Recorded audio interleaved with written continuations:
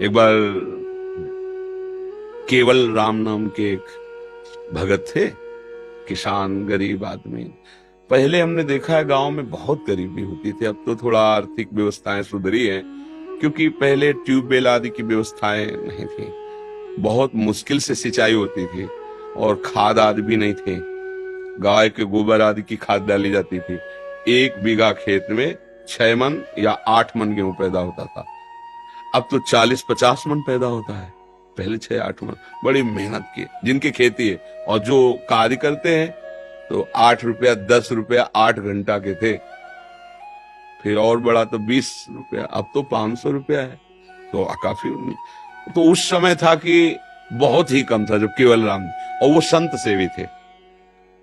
अब मंजूरी करके, अब संत सेवी मतलब संतों का क्या है कि भाव से एक बार आप तो 2 संतों से कहेंगे।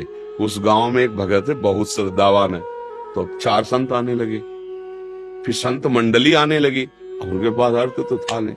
एक दिन संत मंडली आई, कुछ नहीं खाने को। अब आसपास धनी पुरुषों के पास गए कि अगर हमें आप उधार दे दे, जो सेवा कर रहे हैं कर दे, आज हमारे यहाँ बहुत भाग्य खुल गया, संत आए हैं, हम उनको, तो कोई उधार भी देता है तो कुछ देख के देता है ना। अब इसको दे दे, कुछ न जमीन है न रुपया पैसा, कब वापस करेगा? नहीं। तो एक बड़े चतुर थे, उन्होंने कहा हमें एक खुदवाना है, तुम कुआं खोद दोगे? पक्का, हम और पत्नी दोनों मिलकर कुआं खोद देंगे, पर आप इतना दे दो कि हमारे संत पाले। उनका जय दिन संत रहेंगे, तय दिन हमारे यहाँ से ले जाओ भोजन।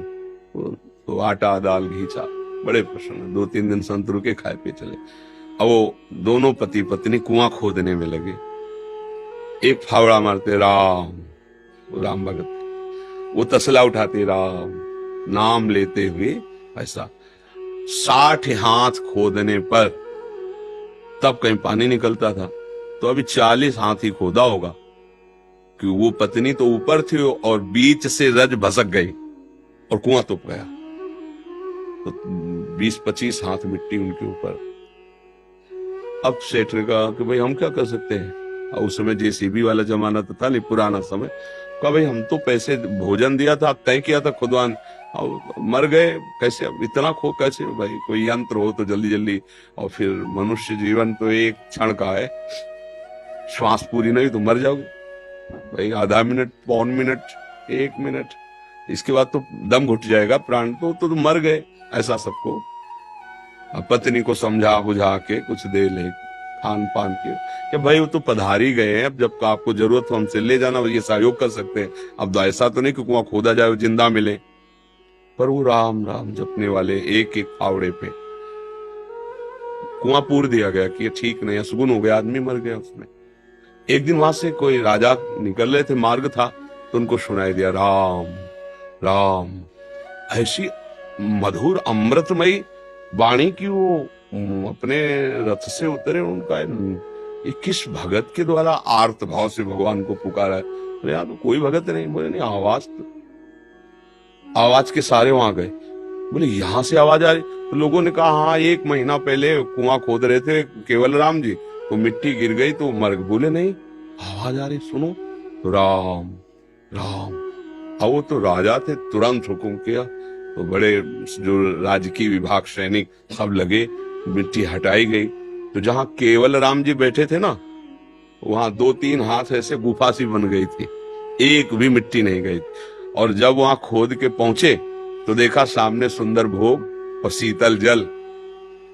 1 महीना हो गए थे दबी हुई, बस ऐसे बैठने के कारण थोड़ा पीठ टेढ़ी हो गई थी। वो कहा पूरे स्वस्थ, भोजन पानी सब वही। कौन दे रहा है?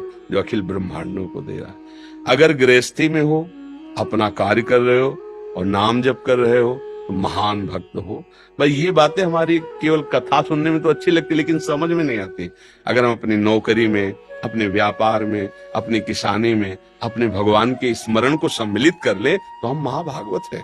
बिल्कुल, इसमें बिल्कुल डरने की जरूरत नहीं कि अब हम भजन करेंगे तो गोली कैसे चलाएंगे। वो भी भजन है, जैसे माला से भजन हो रहा है वैसे गोली चलाने। अगर तुम्हारा अधिकार है और कानून व्यवस्था आदेश करती है उसको दंड देने के लिए, तो वो दंड देना भी भजन ही होगा, ऐसा।